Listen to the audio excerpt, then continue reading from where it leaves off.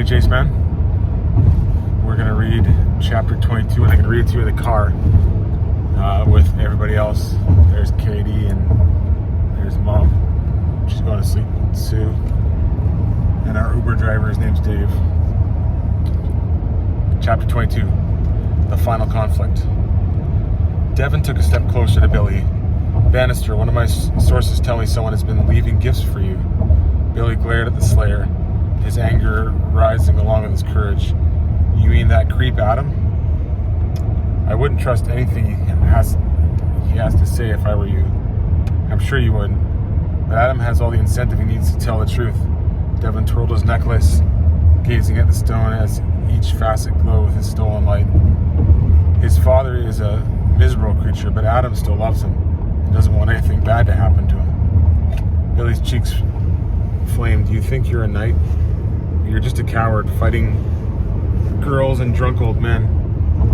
A developing flame in his belly swelled his confidence. Why don't you take it on someone with a few more weapons at his disposal? Devin opened his overcoat, revealing an inner suit of chainmail. He set the candlestone in front of his breastplate, reached out his shoulder, and drew a shining sword. From his back scabbard. With a skillful swipe, he flashed the blade, slicing the air from left to right, then raising both hands to eye level. Someone like you, Bannister? He asked in derogatory tone. You have no idea what you're asking for. Sorry if it's bumpy a little bit, Jace. Billy spewed a bright orange tongue of flame, but it sputtered only a few feet before disappearing in a cloud of vapor in the frigid air. Is that all you have, dragon? Devin turned to one of his men, took a shield, and held the strap with his arm. The shield covered his body from mid-thigh to the top of his chest. On the front, a colorful coat of arms gleamed in the sunlight. One of the four panels looked like a screaming dragon with a sword protruding from its midsection. Now to create some danger. He charged his sword raised. Billy slipped on the snow, fell backwards, and stumbled a few feet down the slope. He scrambled to his knees, but Devin was already nearly within reach. With all the strength he could muster, Billy pushed out another stream of fire, but this one was even weaker. It sprayed feebly on Devin's shield and vanished in a puff of smoke. That should be enough. Devin laid the shield down and slid the sword back to its scabbard.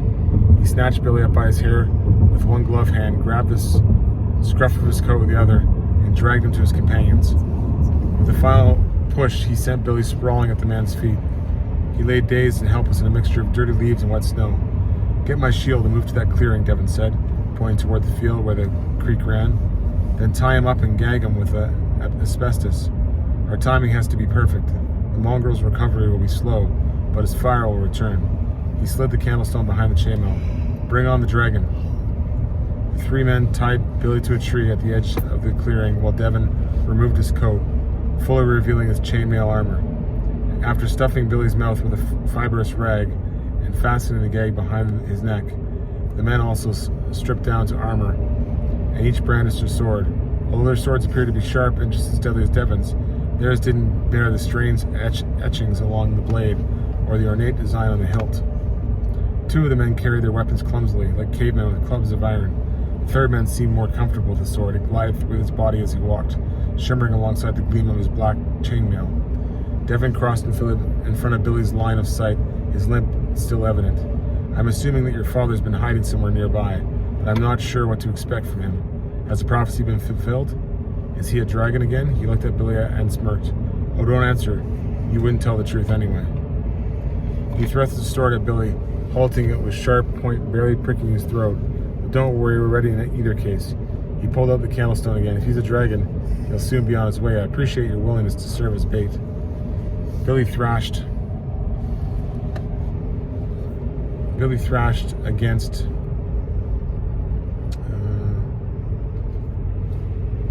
the bonds while wrestling the scratchy gag with his jaws. He wanted to say that there was no way four men could ever stand against the dragon. It was huge, with a tail that would smack them down like bowling pins and flames that would cook them like rats on a grill. But when he looked at the candlestone, his bravado melted away. Maybe the Slayer had good reason to be confident, yet how could he know what a dragon would do? How could he have ever faced a real dragon? The Slayer gestured toward his competent crony. Palin, do you have the book? Yes, my liege. Billy's heart pounded. What was going on? Palin, my liege, do these guys really think they were those old knights from Dad's story? Devin extended his open palm. Give me the witch's blood and find the page. From a side pocket in his mail, Palin removed a glass vial. Devin took it and pulled the stopper from the top. Palin opened an old book and Devin stood next to him, scanning the page, then reading with a sing-song baritone. The melodic chant sounded like a poem. Some of the language resembled English, but it seemed too symbolic to make any sense. After a moment or two, Palin nodded upward. The dragon comes. Devin slapped the book closed, still in Palin's hands. That worked faster than I expected. Put the book away. He lifted the candlestone and poured a few drops of blood on its surface. Billy gauged at the sight of Bonnie's blood being used by the evil knights, yet he was way too weak to break free and stop them. He looked at the cloudless sky. As Palin had said, a dragon flew their way. His identity obvious, he whispered through the gag. Cleftspear, Dad, be careful. Cleftspear's shadow passed overhead, briefly enshrouding everyone in its mantle. As Devin's chest, a brilliant beam flashed from the candlestone, and an aura flowed from it like a river of gleaming light. The flash moved into Devin's breastplate, then throughout his body and into his arms, engulfing his uplifted sword, streaming from bottom to top and finally out the point, sending a laser-like beam high into the sky. Cleftspear dove away from the blast. He turned his sparkling eyes toward the gap in the trees where the four men stood. In his descent, he appeared to be falling, his reddish-brown body diving toward the clearing. When he dropped as close as the treetops, his great wings unfurled like two huge canopies, and his mouth opened, sending a torrent of blazing fire toward the mail-clad knights. All four raised their shields side by side, Devin and Palin at the two middle positions. The river of fire crashed in the front of the metal wall, splashing around and over the edges. Globs of blistering heat bounced off their leg armor and bit smoldering holes into nearby trees. Branches burned and set smoke into the battlefield. The men set their feet and braced against the onslaught while trying to squeeze their upper bodies and heads behind the shields. One of the inexperienced knights fell backwards. When he hit the ground, he scrambled behind a spindly tree. Cleftspear, now flapping his wings furiously to hover in place, spotted the weak one and torched the tree, sending flames shooting up the trunk. The knight bolted from the spot, but Cleftspear pounced toward him. With one great snuff, he buried the man in a storm of fire. Devin shouted over to the din of beating wings and crackling flames. That was his best volley, men. He can't have much left. With the candlestone flashing like a rabid strobe and his lip now gone, the slayer ran a few yards to the edge of the clearing and took over behind a massive oak. Palin, Jerry, find shelter. He'll come back with the tail. As Devin predicted, Cleftspear lunged to the clearing, spun, and swiped his tail at the other inexperienced knight, smashing the trunk of the woodpecker-riddled snag he had chosen. One exposed, the knight cowered on his knees, too scared to remember to raise his shield. Cleftspear sent another jet of flame toward him, but smaller in volume and with less force. Still, it transformed the knight's chainmail into an armored toaster, cooking the villain where he knelt. Cleftspear charged, but he seemed slower, more deliberate in his actions. Instead of hurtling himself again at the two remaining knights, he headed toward Billy. With his claws bared, he scratched at the ropes, easily breaking the bonds. Billy fell away from a tree, his wrists still tied, his ankles still fastened together with duct tape. He wriggled and rocked to a sitting position, but he couldn't stand up. See to the sword, Cleftspear shouted. Billy spotted one of the fallen slayers, now just whirling a column of dark gray smoke rising from blackened armor. He had dropped his blade during his flight, and it lay dirty but unharmed, close enough to get to. Devin darted out from behind oak, his shield in front and his sword raised to attack. Cleftspear slapped his tail at Palin's tree and sent him flying away, smacking him against another tree. With Devin closing in and the candlestone shining brightly in his eyes, Cleftspear flapped, apparently trying to escape. His wings faltered, giving him only enough lift to help him scratch along the ground as he scrambled away. Billy scooted toward the abandoned sword, pulling furiously with his legs while watching the battle. Even in the cool air, sweat poured down his face. Cleftspear fell flat, his swiping tail slowed, and his fire weakened to dripping sparks and spittle. Devin danced around the futile tail swipes and nimbly hopped closer and closer to his prey.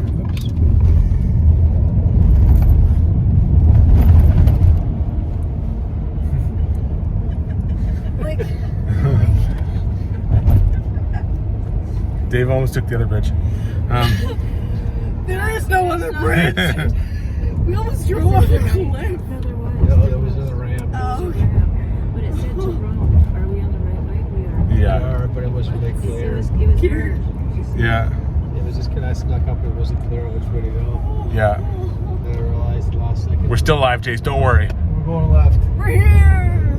Klespear let out a final desperate heave, a slow steam of gas that carried more smoke than flame. He then flopped forward and his head slammed against the charred ground.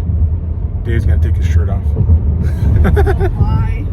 He's got 2 shirts on, guys, okay? Okay.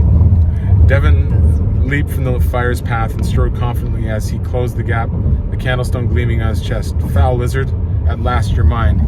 He set the point of his sword directly in front of one of Klespear's eyes. Shall I convince you to expose your belly by decorating my sword with an eyeball, you cowardly snake? Unblinking, Klespear lifted his head just enough to answer weakly. Who is the coward, the dragon, who comes willingly to save his son, or the armed band of self-proclaimed knights who bind children and use them as bait? Now free of his bonds, Billy rose and sneaked toward Devin from behind. The sword in his hand, he had to move slowly to keep him from making a sound. My methods have changed, Devin said, but I need not explain them to you. Your eyes will find a fitting place on my mantle. And if I have to hack you to pieces to kill you, I will. With an evil smile, he slid the sword forward. The moment Billy charged, Klespear jerked back. Billy swung his sword and blocked Devin's blade with his own. With a twist of his arms, Billy wrenched Devin's sword from his hand. Billy reared for another swipe, this time aiming for his neck. Devin leaped for his sword, sprawled on the ground, and reached through his fallen leaves. Billy dashed toward him and swung down. Devin grabbed his sword hilt and rolled to the side, barely dodging the blade as it sliced into the ground. Devin jumped to his feet and faced Billy. With the sword's hilt in both hands, Billy crept toward Devin. He had to stall, keep from being killed while Klespear had time to recover. Feigning bravery and skill was his only hope. The Slayer lifted his necklace. The candlestone pulsed at the end of the chain, shooting blinding beams. Billy's legs wobbled. The sword felt heavier by the second. He panted, sweat dripped from his chin. He had to lunge now. He couldn't last much longer. Billy hacked with the sword. Devin blocked it and swiped the attacking blade to the side. He glared at Billy, his eyes glowing an unholy red. With a death swing, he slashed at Billy's sword. The beastly strength of the Slayer's blow yanked the sword from his hands. It sailed into the air and landed with a ringing thud a dozen feet away. No more delays. Devin swung again towards Billy's neck. Billy ducked, but not in time. The blade struck the side of his head, a glancing blow that stripped off his ski cap and cut his skull. The razor edge then slid away, ripping skin and scalp as it scraped across his hair. Billy fell to his knees and raised a hand to guard against the next strike, while desperately trying to wipe dripping blood from his eyes. The light of the day faded, turning gray, then almost black as he waited for the final blow. He almost felt the blade cutting into his throat. Death lay only seconds away. A growling shout came from somewhere in the darkening mist. Come and fight like a real knight, you coward. Billy blinked, trying to clear his blurred vision. Like a shadow in the growing dimness, the Slayer pivoted and faced Klespear again. Klespear eyed Billy, then turned and scrambled away, his wings beating against tree branches. Palin staggered out of the forest, his movements slow and unsteady.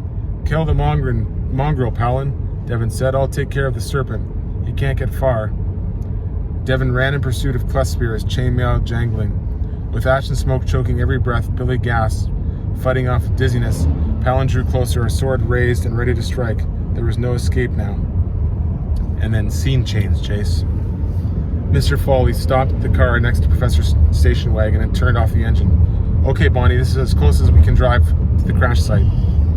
Bonnie opened her door and supported herself on the frame as she stepped out. Good. Now, please help me get part of the way up the mountain and then come back here. Mr. Foley walked around the car and faced her. Bonnie, he said softly, looking into her eyes, this doesn't make any sense. You want me to help you part way up the mountain, but I know you can't go any further. You can't walk back. I know it sounds weird, but you have to trust me. There are some things about me you don't know. And she let her head droop for a moment, then looked back at him again with teary eyes. And if you can't trust me now, then I can't. She stopped short and stared at him, trying to regain her composure. I'm sorry. I'm not going to bargain for your trust in me.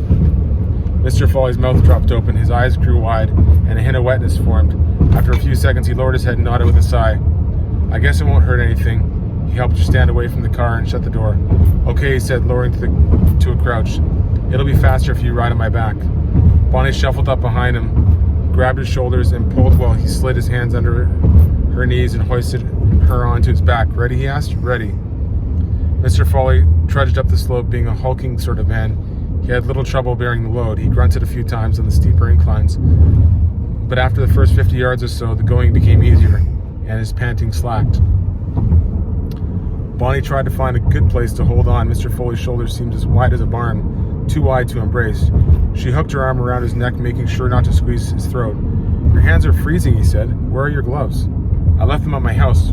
We were in such a hurry. You could have borrowed some when we stopped at my house to get the coats.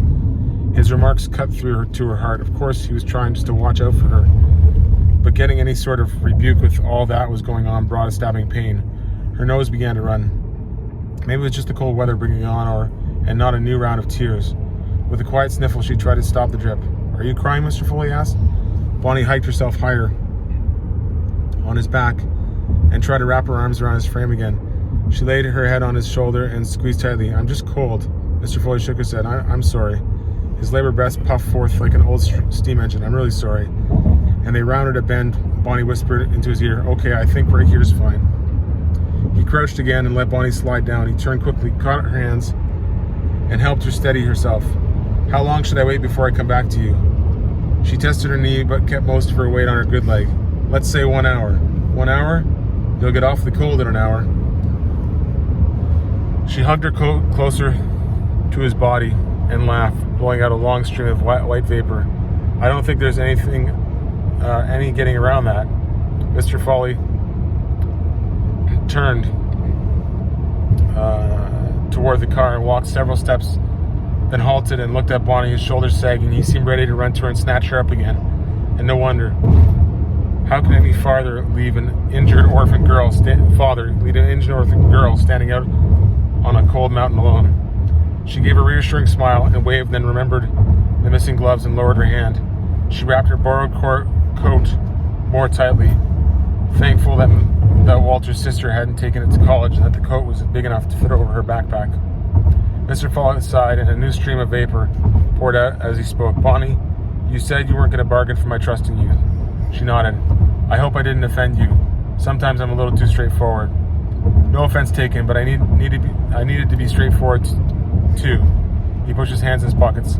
I'm trusting you, Bonnie. Remember, trust is a two-way street. He turned and continued down the slope, his pace slow as his shoes shuffled through the ground to breeze.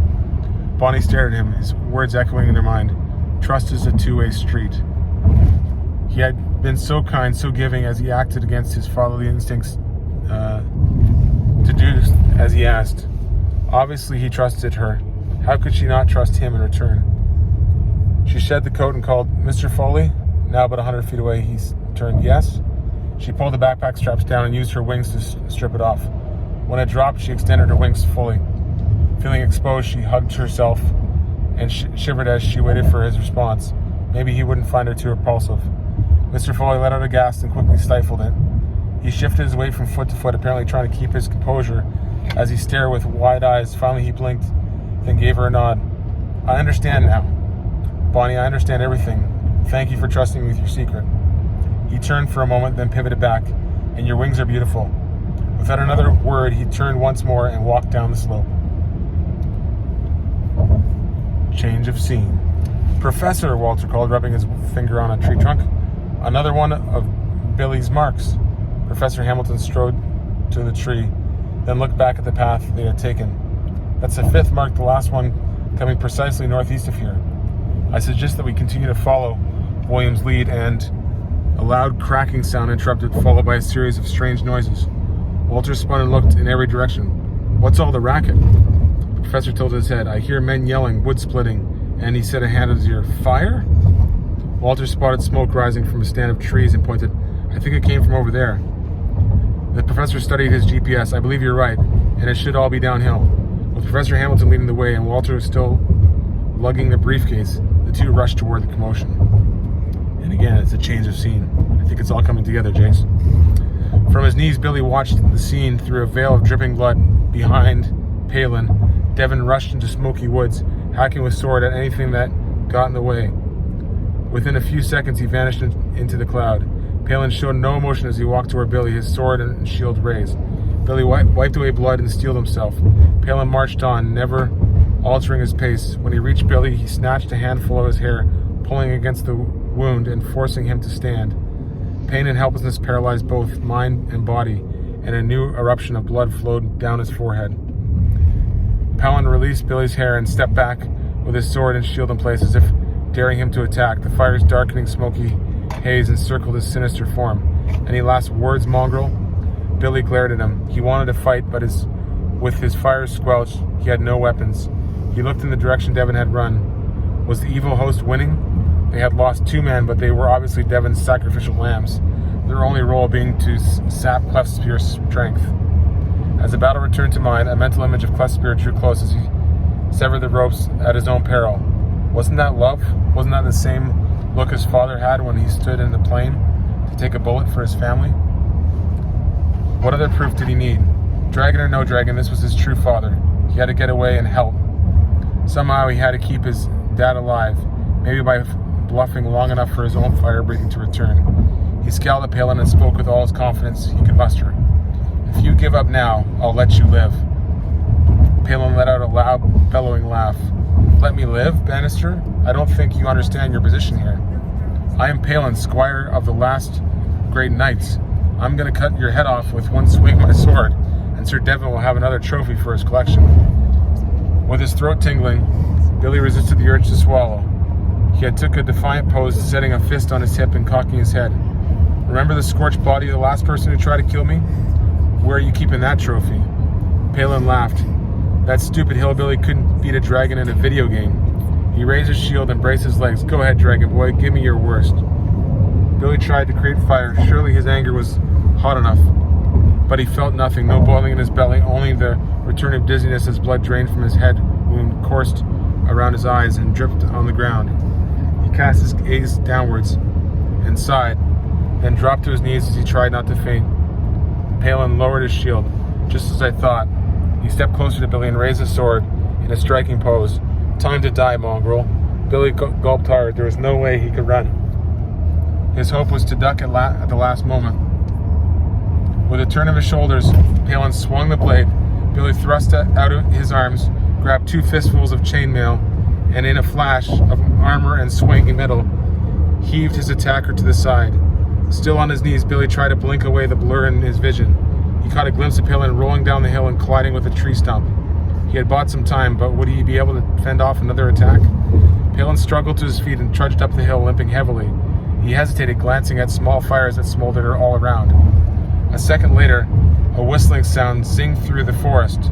Palin grabbed his arm and cried out, "Arg! Got him!" Came a shout from the woods. Palin reached to pull a short arrow from his upper arm. When he gave it a tug, agony flashed out of his face and the arrow stayed put. He raised his sword again and staggered back into the clearing.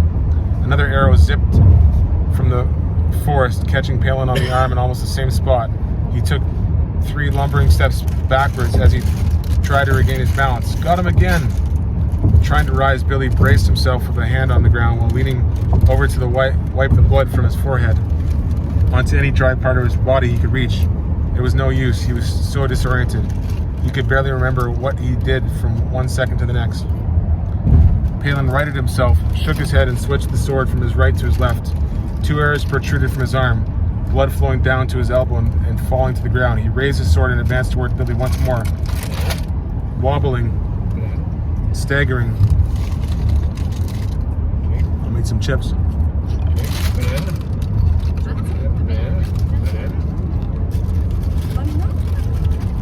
Billy's head throbbed, his vision dazed. 2 figures dashed out from the trees. Was it? Yes. Professor Hamilton was running toward Palin, with a crossbow raised to his shoulder.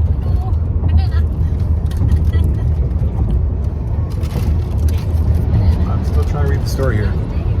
I know it was Dave. Could he possibly handle the... Dave thinks he's funny with the banana, Jace. I don't know. What do you think? This is payback. Next joke, Dave. It's my banana phone. Okay. In his ear. Could he possibly handle the powerful knight? Would the crossbow be enough? As the question swirled his mind, the curtain of blood seeped into his eyes. He collapsed in the people, the trees, and the smoky haze fled away into darkness. I suggest you halt, the professor shouted to the knight. Walter rushed to Billy's side and carefully turned him face up. He cradled Billy's head and wiped a sheet of blood from his eyes. Take it easy, buddy. We'll get you out of here. Dad, Billy moaned, his eyes tightly shut. Have to help Dad. The knight, pain and anger in his scowl, stopped, lowered the sword, and slowly reinserted it into the scabbard. The professor set his crossbow at his hip and turned to Walter. How is William? Walter pushed back Billy's matted hair as he tried to examine the wound. I can't tell. There's too much blood. Keep him still, the professor turned toward the knight, then swiveled his head side to side. Where did he go? Walter thrust a finger toward the smoke-laden woods. Check the clump of bushes over there. He couldn't have gone far. The professor squinted in that direction. It would be too dangerous to search the bushes for a man with a sword, and we must help William immediately. Walter nodded before focusing on Billy. He's moaning something about his father, and he's breathing really fast. The professor hurried to them, stooped close, and looking Billy over. He's delirious, and he's likely going into shock. We have to get him down the mountain right away. He stripped off his outer garments and handed his t-shirt to Walter. Wrap it around his head, make it rather tight, but not too tight. Walter followed the orders, trying not to cry as blood soaked through his white shirt before he could even finish tying it. We must find something on which to drag him, the professor said while putting the sweater and coat on. Carrying him down the slope will be slow and difficult, but we have no choice, and we must hurry. William's life depends on our pace. Walter pointed toward the clearing. That guy left his shield, right there next to that book. The professor spun. Perfect. After retrieving the shield and book, he and Walter lifted Billy onto the makeshift litter. They took ropes and found near a tree and used one to tie their gear to the edge of the shield. With the remaining rope, they secured Billy. Then each taking one of the line, they dragged the shield from the front, walking with the rope over their shoulders. The shield bounced Billy around, and their progress was terrible as they stopped every second to help the shield over stones and tree roots. After way too many stops, the professor pulled while Walter pushed, which allowed them to glide through the dirty mixture of leaves and snow without much trouble. Walter called ahead, puffing clouds of white as he pushed the sled down the slope. You think you'll be all right, Professor? I won't try to deceive you, Walter, he replied without slowing. I don't like the look of that wound. The two continued across the silent mountain without saying another word.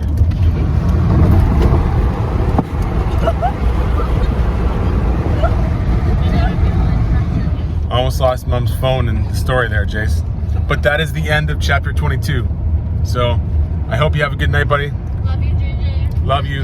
I'm going to pray for you, bud. Let's pray. Jesus, thanks for Jace. Thank you that he's part of our family. He's our son. I pray that tonight you give him good sleeps and great dreams and a fantastic day tomorrow. In Jesus' name, amen. Love you, buddy. Amen. Bye. May the peace of Christ be with you.